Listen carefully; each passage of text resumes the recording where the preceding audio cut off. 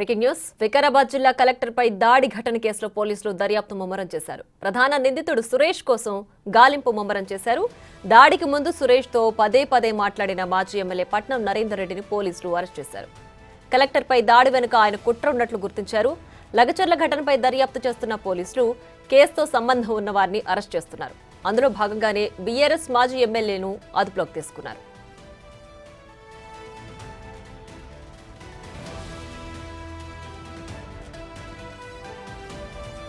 దాడికి ముందు తాను ప్రధాన నిందితుడు సురేష్తో మాట్లాడానని నిన్న పట్నం నరేందర్ రెడ్డి కూడా ఒప్పుకున్నారు. ఘటనకు సంబంధించి 42 సార్లు సురేష్తో పట్నం నరేందర్ రెడ్డి మాట్లాడినట్లు పోలీసులు కూడా ఫోన్ కాల్ డేటా ద్వారా గుర్తించారు.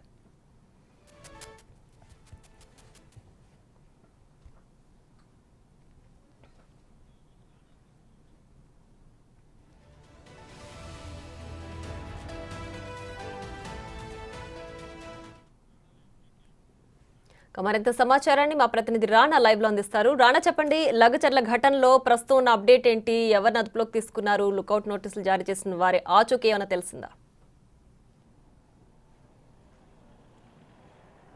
సో వాళ్ళందరూ కూడా నగరం దాటిపోకుండా, ముఖ్యంగా దేశం విడిచిపోకుండా ఎప్పుడే లుకౌట్ నోటీసులు పోలీసులు జారీ చేసినటువంటి నేపథ్యంలో ప్రధాన నిందితుడైనటువంటి సురేష్ కోసం ఇప్పుడు ప్రత్యేక బృందాలు గాలింపు చర్యలు చేపడుతున్న నేపథ్యం కనబడుతుంది. అది ఒక పక్క జరుగుతున్నటువంటి పరిస్థితుల్లో ఉదయం పట్నం నరేందర్ రెడ్డి అరెస్ట్ అయినప్పటి నుంచి కూడా వికారాబాద్ డిటిఎస్ సెంటర్ తీసుకురావడం, అక్కడి నుంచి పరిగిలోనటువంటి ఇప్పుడు మనం చూస్తున్నటువంటి ఈ పోలీస్ స్టేషన్కి ఇక్కడ తీసుకొచ్చారు.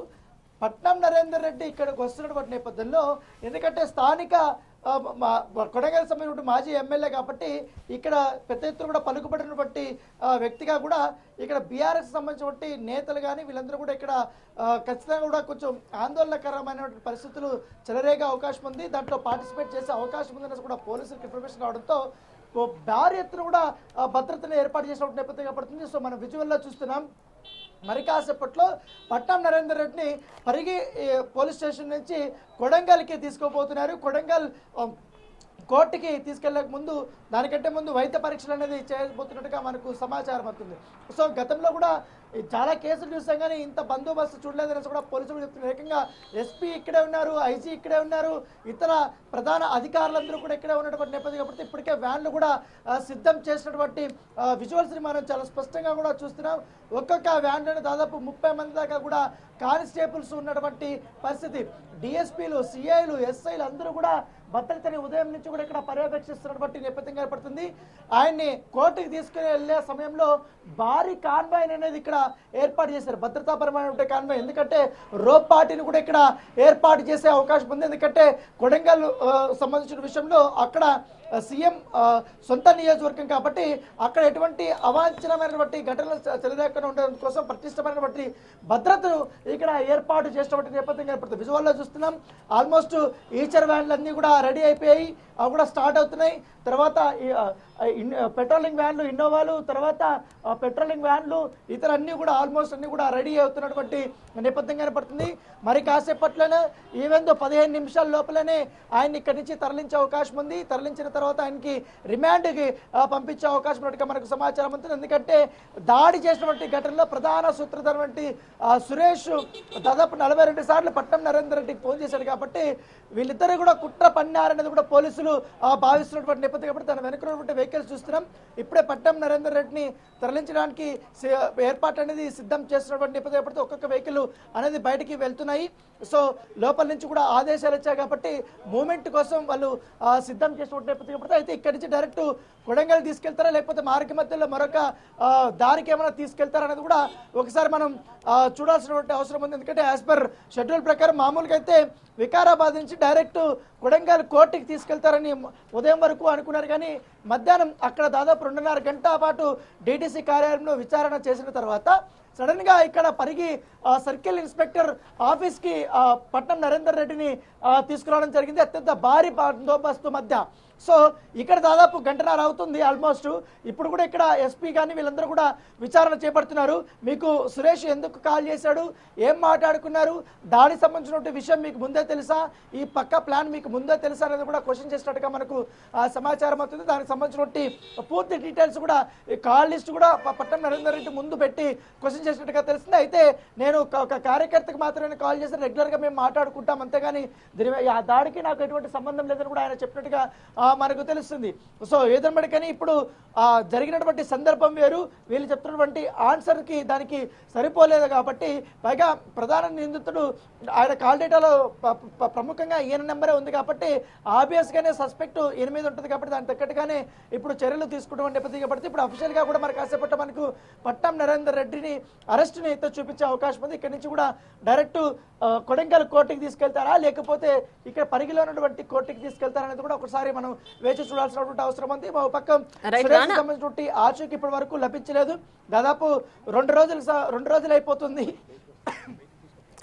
అయితే ఈ ప్రధాన నిందితుడి గురించి విజువల్ రైట్, ప్రధాన నిందితుడు సురేష్ గురించి ఈ విచారణలో నరేందర్ రెడ్డి ఏదైనా విషయాలు వెల్లడించారా? అసలు ఈ మొత్తం కూడా పథకం ప్రకారమే చేశామని ఏమైనా ఆయన ఒప్పుకున్నారా? ఆర్ ఈ పథకం ఎవరిదని, మెయిన్ సూత్రధారి ఎవరనే విషయాలు ఏమైనా వెల్లడించారా? అంటే ఆయన క్వశ్చన్స్ అడిగిన ప్రతిదానికి కూడా నాకు సంబంధం లేదు, ఈ దాడికి నాకు సంబంధం లేదని కూడా అతను చెప్పినట్టుగా మనకు తెలుస్తుంది. అయితే ఇప్పుడు విచారణ ఇక్కడ పరిగి పోలీస్ స్టేషన్ కూడా అయిపోయింది. పట్నం నరేందర్ రెడ్డిని ఇప్పుడే వెహికల్లో ఆయన్ని కూర్చోబెట్టుకున్నారు. ఇప్పుడు ఒక 2 నిమిషాలు 3 నిమిషాల్లోనే ఆయన బయటికి తీసుకెళ్తారు. ఇక్కడి నుంచి కూడా డైరెక్ట్ కోర్టుకి తీసుకెళ్ళబోతున్నటువంటి సిచ్యువేషన్ అయితే కనపడుతుంది. సో మనం విజువల్లో ఎక్స్క్లూజివ్గా చూస్తున్నాం. లోపల వెహికల్లో కూర్చున్నటువంటి విజువల్స్ కానీ ఇవన్నీ కూడా ఇప్పుడు, ఎందుకంటే అధికారులు కూడా ఇప్పటికే ఏర్పాటు చేశారు కాబట్టి డైరెక్ట్ ఆ వెహికల్ రాగానే ఆల్రెడీ ఇక్కడ కాన్వాయ్ని కూడా సిద్ధం చేశారు కాబట్టి దాంతోపాటు ఈ పెట్రోలింగ్ వెహికల్స్ ఈ ఈచర్ వెహికల్స్ కూడా రెడీగా ఉన్నాయి కాబట్టి ఇక్కడ నుంచి అత్యంత భారీ బందోబస్తు మధ్య అతన్ని ఇక్కడ నుంచి తరలించే అవకాశం ఉన్నట్టుగా మనకు సమాచారం ఉంది. ఇప్పటి వరకు దాడికి సంబంధించినటువంటి విషయంలో సో ఇప్పుడు విజువల్లో మనం చాలా స్పష్టంగా చూస్తున్నాం. పట్నం మహేందర్ రెడ్డి ఆయన చేయి ఊపుతూ పోతున్నాడు. సో ఇక్కడి నుంచి ఆయన బయలుదేరుతున్నటువంటి విజువల్ని మనం చాలా స్పష్టంగా చూస్తున్నాం. ఎందుకంటే ఇప్పటికే ట్రాఫిక్ అని అవన్నీ కూడా ఆపేశారు. మొత్తం ఆపేసి దాదాపు 50 మంది పోలీసుల మధ్య ఆయన్ని తీసుకెళ్తున్నటువంటి నేపథ్యం కాబట్టి ఇక్కడి నుంచి కొడంగల్కి ఆయన్ని తరలించబోతున్నారు. అక్కడ వైద్య పరీక్షలు చేస్తారా లేకపోతే డైరెక్ట్ కోర్టులో ఆయన ప్రవేశపెడతారనే అంశం కూడా మనం వేచి చూడాల్సినటువంటి అవసరం ఉంది. ఇప్పుడే చూడవచ్చు వెహికల్స్ అన్నీ కూడా ఇక్కడ ఆపేశారు. ఒక్క వెహికల్ కూడా ఇక్కడ కదలనియటం లేదు. కేవలం పోలీస్ వెహికల్స్ మాత్రమే ఇక్కడికి వెళ్తున్నటువంటి సిచ్యువేషను ఒక్కసారి. సో ఇవన్నీ మనం ఇప్పుడు ఒక్కసారి ఆ కాన్వాయ్ని కూడా ఫాలో అవుదాం. సో ఎక్కడికి తీసుకెళ్తారు ఏందని కూడా ఐడియా లేదు కాబట్టి సో ఇక్కడ కూడా కోర్టు ఉంది. కోర్టు దాటిపోతారా లేకపోతే కొడంగల్కి వెళ్తారా లేకపోతే మార్గ మధ్యంలోనే మరొక ప్లేస్కి ఏమైనా తీసుకెళ్తారా అది కూడా మనం వేచి చూడాల్సినటువంటి అవసరం ఉంది. చాలా భారీ భద్రత అని చెప్పుకోవచ్చు. ఉదయం నుంచి అనుకున్నారు ఎగ్జాక్ట్గా మనం చూస్తున్నటువంటి ఈ ప్లేస్ దగ్గరే ఇక్కడ కోర్టు ఉంది కాబట్టి కోర్టులో ఆయన్ని ప్రవేశపెడతారనుకున్నారు కానీ ఇప్పుడు కోర్టు పరిసరాల నుంచి కూడా దాటి వెళ్తున్నారు. సో ఇప్పుడు ఆబ్వియస్గానే ఇటు కొడంగల్ వైపుగా వెహికల్స్ వెళ్తున్నాయి. ఇప్పుడు పరిగి పోలీస్ స్టేషన్ నుంచి ఆ మెయిన్ రోడ్డుకి వెహికల్స్ మళ్ళీ ఆ మెయిన్ రోడ్ నుంచి రైట్ తీసుకుంటారా లెఫ్ట్ తీసుకుంటారా చూడాలి. లెఫ్ట్ తీసుకుంటే వికారాబాదు హైదరాబాద్కి వెళ్ళే దారి. ఇప్పుడు రైట్ తీసుకున్నారు కాబట్టి ఖచ్చితంగా ఇక్కడి నుంచి కొడంగల్. సో కొడంగల్కి ఇక్కడ నుంచి 25 కిలోమీటర్ల వరకు ఉంటుంది కాబట్టి 25 నుంచి 28 వరకు ఉంటుంది కాబట్టి సో వెహికల్స్ అన్ని ఇప్పుడు కొడంగల్ వైపుగా వెళ్తున్నటువంటి నేపథ్యం అయితే కనపడుతుంది. సో మరొక 25 నిమిషాల్లోనే ఈ పట్నం నరేందర్ రెడ్డిని అక్కడ కోర్టు ముందు హాజరుపరిచే అవకాశం ఉంది. సో ఇప్పుడు ఆయన్ని కోర్టు కట్టే ముందు వైద్య పరీక్షలు చేస్తారు లేదు, ఎందుకంటే అఫీషియల్గా ఇప్పుడు అరెస్ట్ చూపిస్తున్నారు కాబట్టి జ్యుడిషియల్ రిమాండ్ కోసం పంపిస్తున్నటువంటి నేపథ్యంలో దాంతోపాటు ఇవాళ కస్టడీ పిటిషన్ కూడా వేసే అవకాశం ఉంది. సో ఆయన్ని ఎన్ని రోజుల పాటు కస్టడీ పిటిషన్ వేస్తారనేది కూడా ఒక ఆసక్తికరమైన పరిణామం. ఎందుకంటే ఆయన నేరం ఒప్పుకోకపోయినా ఆల్రెడీ ఇప్పటికే వీళ్ళందరూ చెప్పారు కాబట్టి అరెస్టుని బట్టి రిమాండ్కి వెళ్ళిన బట్టి 16 మంది నిందితులు ఎవరైతే ఉన్నారో వాళ్ళందరూ కూడా ఇప్పటికే కన్ఫెషన్ స్టేట్మెంట్ కూడా ఇచ్చారు. వాళ్ళు చేసినటువంటి నేరాన్ని కూడా వ్యక్తి పేరు కూడా చెప్పినటువంటి. సో దాన్ని బేస్ చేసుకొని ఇప్పుడు కేసు నమోదు చేసినటువంటి నేపథ్యం. అయితే అక్కడ జరిగింది సాదా సీదా దాడి కాదు, ఏకంగా కర్రలు ఏమంటే సరిహద్దులు కొలిచేటువంటి ఏమంటే పెద్ద పెద్ద రాళ్ళు ఉంటాయో ఆ రాళ్ళు కారం పొడి ఇవన్నీ కూడా ముందుగానే రెడీ చేసి పెట్టుకున్నారు. అధికారుల మీద విచక్షణ రహితంగా కూడా దాడి చేయడమే కాకుండా వాహనాలని ధ్వంసం చేయడమే కాకుండా రక్తం వచ్చేలా కూడా చాలా విపరీతంగా కూడా వారిపైన దాడులు చేస్తున్నటువంటి సిచ్యువేషను. సో దాన్ని పోలీసు యంత్రాంగమే చాలా సీరియస్గా తీసుకుంది. అక్కడ విధుల్లో ఉన్నటువంటి డిఎస్పీ శ్రీనివాస్ రెడ్డి అప్పటికప్పుడే ఆయన బొమ్రాజ్పేటలో కంప్లైంట్ కూడా ఇచ్చినటువంటి నేపథ్యం అయితే కనపడుతుంది. అయితే దాంట్లో రిమాండ్ రిపోర్ట్లో మన పలు అంశాలను కూడా మనం చూసాం. ఎందుకంటే ఆ అంశాల్లో చాలా క్లియర్గా అధికారుల్ని ఎవరైతే కలెక్టర్ని కానీ మెజిస్ట్రేట్ కానీ ఎంఆర్ఓ కానీ వీళ్ళందరూ మొత్తం ల్యాండ్ అక్విజిషన్కు మొత్తం ప్రజాభిప్రాయం తీసుకోవడానికి వచ్చినటువంటి వాళ్ళందరినీ కూడా అటాక్ చేయాలనే ఉద్దేశంతోనే వాళ్ళు ముందులో ఉన్నారు. దాని పక్కా ప్రణాళికతోనే వాళ్ళు ఇవన్నీ చేశారని కూడా చెప్పడం జరిగింది. సో అధికారులను చంపడానికి ప్రయత్నించారు. దీని వెనకాల కుట్ర కోణం ఉందనేది కూడా చాలా స్పష్టంగా వారు చెప్పినటువంటి నేపథ్యం. అయితే ఇప్పుడు మనం విజువల్లో చూస్తున్నాం. పట్నం నరేందర్ రెడ్డిని తీసుకెళ్లేటప్పుడు కరెక్ట్గా వికారాబాద్ జంక్షన్ ఏదైతే ఉందో ఆ జంక్షన్లో ట్రాఫిక్ జామ్ అనేది ఇరుక్కుపోయింది. ఇటువైపు పోలీస్ వెహికల్స్, సాధారణ వెహికల్స్ ఒక్కసారిగా కూడా ఇక్కడ ఆగిపోయాయి. అయితే సాధారణ వెహికల్స్ అన్నీ కూడా ఇక్కడ పక్కకి జరగమని చెప్తున్నారు. ఎందుకంటే లారీలు కానీ అవన్నీ కూడా పెద్ద వెళ్తున్నాయి. సో ఆయన్ని సమయం లోపల 4 గంటల లోపలనే కోర్టులో ఆయన ప్రవేశపెట్టాలని కూడా పోలీసులు భావిస్తున్నట్టుగా మనకు తెలుస్తుంది. దాని దగ్గర విజువల్ చూడొచ్చు మనం. కాన్వాయ్ ఎంత పెద్దగా వెళ్తుంది. ఇంకా మన వెహికల్ వెనకాలైతే దాదాపు మరొక 10 వెహికల్స్ అయితే వస్తున్నటువంటి సిచ్యువేషను. సో మనం అత్యంత కాన్వాయ్ కూడా సమీపంలోకి వచ్చేసాం. పట్నం నరేందర్ రెడ్డిని తీసుకెళ్తున్నటువంటి కాన్వాయ్ సమీపంలోకి వచ్చేసాం. మరో కేవలం 20 నిమిషాలు 15 నిమిషాల్లోనే అతన్ని కొడంగల్ దిగి తీసుకెళ్తున్నటువంటి నేపథ్యం కనపడుతుంది. సో మనం లగచర్లకు సంబంధించిన గ్రామంలో మొన్న జరిగినటువంటి ఈ యొక్క దాడికి సంబంధించి కొన్ని విషయాలు మనం తెలుసుకుంటే మాత్రం రిమాండ్ రిపోర్ట్లో పొందుపరిచినటువంటి అంశాల్లోనే పక్కాగా కలెక్టర్ దగ్గరికి, అలాగే కడా సంబంధించినటువంటి స్పెషల్ ఆఫీసర్ ఎవరుతున్న వెంకటరెడ్డి ఆయన దగ్గరికి వెళ్ళి సురేష్ మా గ్రామం దగ్గర కూడా మీరు రావాలి, అక్కడ కూడా ప్రజాభిప్రాయం తీసుకోవాలి, మీరు రండి అంటూ కూడా అతను పిలిచినట్టుగా తెలిసింది. అవేమీ తెలియనటువంటి అధికారులు మామూలుగా అయితే కలెక్టర్ అయితే ప్రజలు ఎవరు పిలిచినా కూడా ఆయన ఆ సమీపంలో ఉన్నాడు కాబట్టి ఆబ్వియస్గానే దానికి తగ్గట్టుగానే ఆయన ఏర్పాట్లు చేసుకుని సరే వెళ్దాం పదండి అక్కడ మాట్లాడదాం, మీకున్నటువంటి అభ్యంతరాలను కూడా చెప్పండి, ప్రభుత్వం దానికి ఏం చేయగలుగుతుందో మేము కూడా చెప్తాము అనేది ఆయన చెప్పారు. సో అందరూ కూడా సామరస్యంగా కూడా కాన్వాయ్ తీసుకొని లోపలికి వెళ్ళారు. కానీ అక్కడికి వెళ్ళేసరికి మాత్రం అప్పటికే సిద్ధంగా ఉన్నటువంటి రాళ్ళు కానీ అవన్నీ కూడా వెంటనే వాళ్ళు దాడి చేయలేదు. అందరూ సమావేశమైన తర్వాత ఒక 5 నిమిషాల్లో అధికారులు మాట్లాడడం స్టార్ట్ చేశారు. అంటే మీరు ఇక్కడ ఇండస్ట్రియల్ ఏరియాకి భూములు పరిహారం కానీ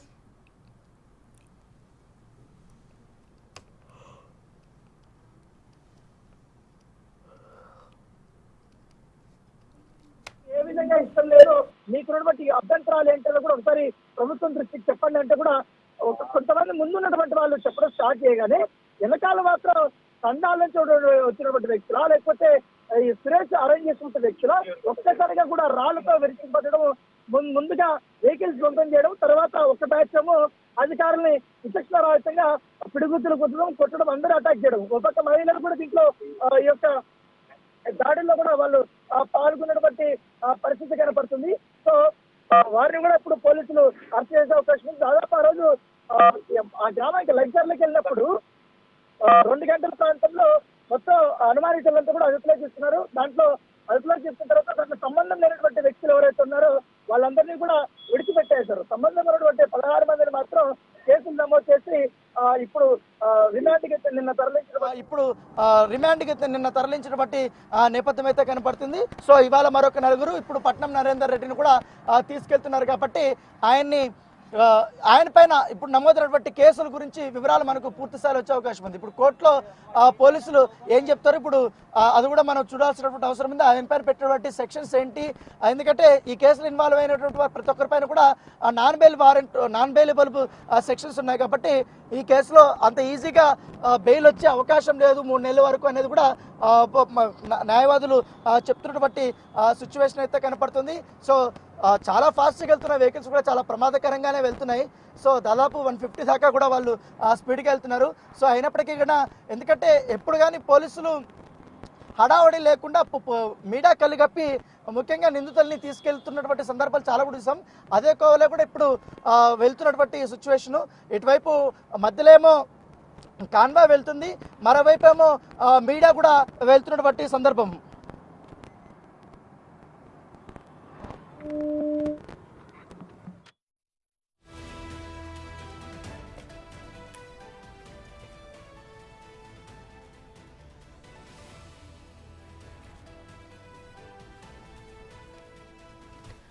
ఇక లగచర్ల ఘటనకు సంబంధించి దానికి అంశంలో పట్నం నరేందర్ రెడ్డిని పోలీసులు అదుపులోకి తీసుకున్నారు. విచారణ అనంతరం ఆయన ఇప్పుడు కోర్టుకు తరలిస్తున్నారు. సో కోర్టుకు తరలించే ముందు పట్నం నరేందర్ రెడ్డికి వైద్య పరీక్షల నిమిత్తం కూడా ఆయన్ని ఆసుపత్రికి తీసుకెళ్లాల్సిన అవసరం ఉంటుంది. సో దాని తర్వాత ఆయన్ని కోర్టులో హాజరుపరుస్తారు. సో వికారాబాద్ జిల్లా కలెక్టర్ పైన దాడి ఎలా జరిగింది, ఎవరు చేశారు, అది పథకం ప్రకారం చేశారా లేదంటే అక్కడ ఉన్న సిచ్యువేషన్కి తగ్గట్టు అక్కడ దాడి జరిగిందా అనే విషయాలు కూడా ఆయన కోర్టులో వెల్లడించే అవకాశం ఉంది. సో ఆల్రెడీ విచారణ జరిగింది. విచారణలో ఎవరైతే ప్రధాన నిందితుడు ఉన్నాడో సురేష్తో ఆయన కాల్ మాట్లాడారు అని ఒప్పుకున్నారు. దానికి తగ్గట్టు ఆధారాలు కూడా ఉన్నాయి. కాల్ డేటాను పరిశీలించిన తర్వాత పోలీసులు కూడా దాన్ని ధృవీకరించారు. సో 42 సార్లు పట్నం నరేందర్ రెడ్డి ప్రధాన నిందితుడు సురేష్తో మాట్లాడారు. అలాగే ఎవరైతే ఈ ప్రధాన నిందితుడు సురేష్ ఉన్నాడో ప్రజాభిప్రాయ సేకరణకు వచ్చిన కలెక్టర్ పైన ఆయన రెచ్చగొట్టి ఆల్రెడీ ప్రజాభిప్రాయ సేకరణ తీసుకోవడానికి అన్నట్టుగా కలెక్టర్ని నమ్మించి గ్రామంలోకి తీసుకెళ్ళి అక్కడ ఆల్రెడీ రెచ్చగొట్టి ప్రొవోక్ చేసినటువంటి రైతులు కావచ్చు, రైతులు ముసుగులో ఉన్నటువంటి కొంతమంది కార్యకర్తలను అక్కడ ప్లాన్డ్గా పెట్టుకొని వాళ్ళతో కర్రలు, అలాగే రాళ్ళు, కారం ఇవన్నీ కూడా సిద్ధం చేసుకుని అధికారి ఎవరు వచ్చినా సరే వాళ్ళపైన దాడి చేయాలి అన్నట్లుగా కూడా సురేష్ ఒక స్కెచ్ వేసుకొని దాని ప్రకారమే ఈ దాడి చేసినట్లుగా కూడా ప్రస్తుతానికి జరిగిన ఘటన ద్వారా మనకు తెలుస్తోంది. రైట్ రానా, ఎంతవరకు చేరుకున్నారు పట్నం నరేందర్ రెడ్డి? ప్రస్తుతం ఇప్పుడు హాస్పిటల్కి తీసుకెళ్లే ఉద్దేశం కనిపిస్తోందా? ఎస్, ఎగ్జాక్ట్గా ఇప్పుడు కొడంగల్కి ఇంకా కేవలం 2-3 కిలోమీటర్లు మాత్రమే ఉన్నాయి. ఆల్మోస్ట్ రీచ్ అవ్వబోతున్నాము. దాంతోపాటు కొడంగల్కి 1 కిలోమీటర్ ముందుగానే లెఫ్ట్ తీసుకుంటే ఒక 5 ఇలా ఈ అనేది విలేజ్ వస్తుంది. సో అక్కడికి తీసుకెళ్తారా లేకపోతే డైరెక్ట్ కోర్టుకి తీసుకెళ్తారా అనేది కూడా ఇప్పుడు మనకు ఒక 2 నిమిషాల్లోనే పూర్తి స్థాయి క్లారిటీ వచ్చే అవకాశం. అయితే పట్నం నరేందర్ రెడ్డిని అరెస్ట్ చేసిన తర్వాత ఆయన ఈ డిటిసి కేంద్రంలోకి వెళ్ళేటప్పుడు కూడా మీడియాకి చేతులు ఊపుతూ వెళ్ళాడు. చాలా సంతోషంగా నవ్వుతూ వెళ్ళాడు. తర్వాత డిటిసి కేంద్రం నుంచి పరిగి పోలీస్ స్టేషన్ దగ్గరికి వచ్చే సమయంలో కూడా ఆయన నవ్వుతూ మీడియాకి అభివాదం చేస్తూ ఆయన వెళ్ళాడు. ఇప్పుడు కూడా ఎందుకంటే